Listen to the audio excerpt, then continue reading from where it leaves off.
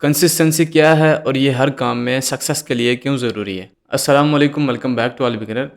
आज की इस वीडियो में हम एक ऐसा टॉपिक के बारे में बात करेंगे, बट लफ़्ज़ तो छोटा-सा है, लेकिन उसका कमाल बहुत बड़ा है।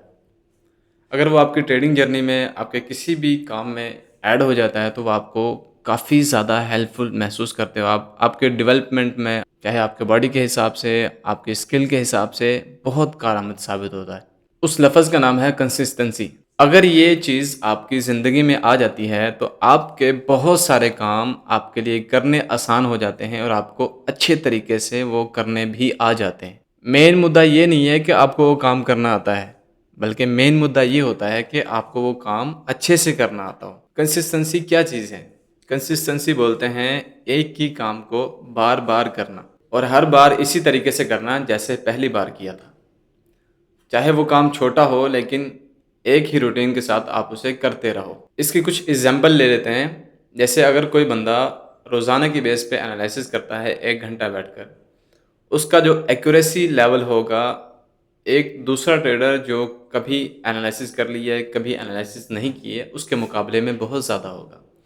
या ऐसा बंदा जो हर रोज़ वर्जिश करता है, उसके मुकाबले में एक दूसरा बंदा जो हफ़्ते में 3 दफ़ा जो है वर्जिश के लिए जाता है, तो उसके मुकाबले में उसका जो बॉडी लैंग्वेज है या बॉडी का जो फ़िटनेस है वो ज़्यादा होगा। यानी कंसिस्टेंसी का मतलब ये हुआ कि ज़रूरी नहीं कि आप परफ़ेक्ट जा रहे हो, बल्कि आपको रूटीन के साथ वो काम करते रहना है, चाहे उसके रिज़ल्ट आपको मिल रहे हैं, चाहे रिज़ल्ट नहीं मिल रहे। कंसिस्टेंसी किसी भी काम के लिए क्यों इम्पोर्टेंट है, इसको हम एक एग्ज़ाम्पल के साथ समझते हैं। जैसे कि हम एक बीज लगाते हैं ज़मीन के अंदर। अगर हम उसे रूटीन के साथ पानी देते रहेंगे, तो वो बीज एक दिन ज़मीन से बाहर निकलेगा और एक बड़ा दरख्त बनेगा।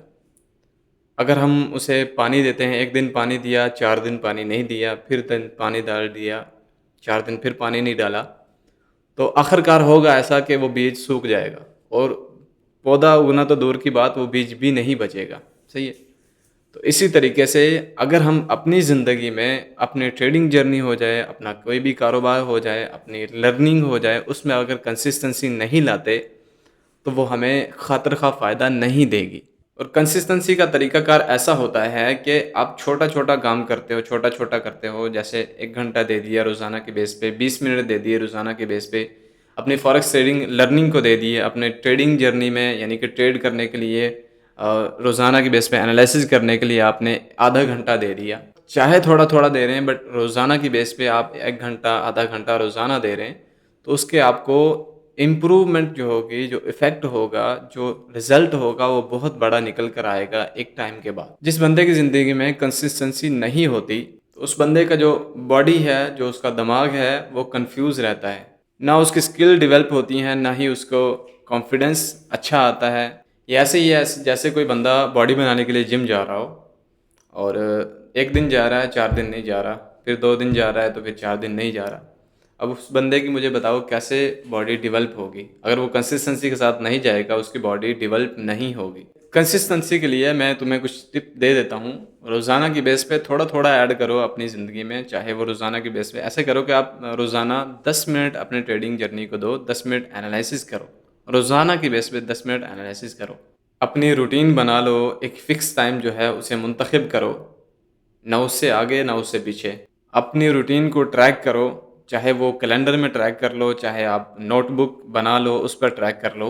अपने आप को रिवार्ड भी देना चाहिए अगर आप रोज़ाना की बेस पे ट्रेडिंग एनालिसिस कर रहे हो, ट्रेड इंटर कर रहे हो, चाहे उसका रिज़ल्ट अच्छा आ रहा है या नहीं आ रहा, वो मैटर नहीं करता।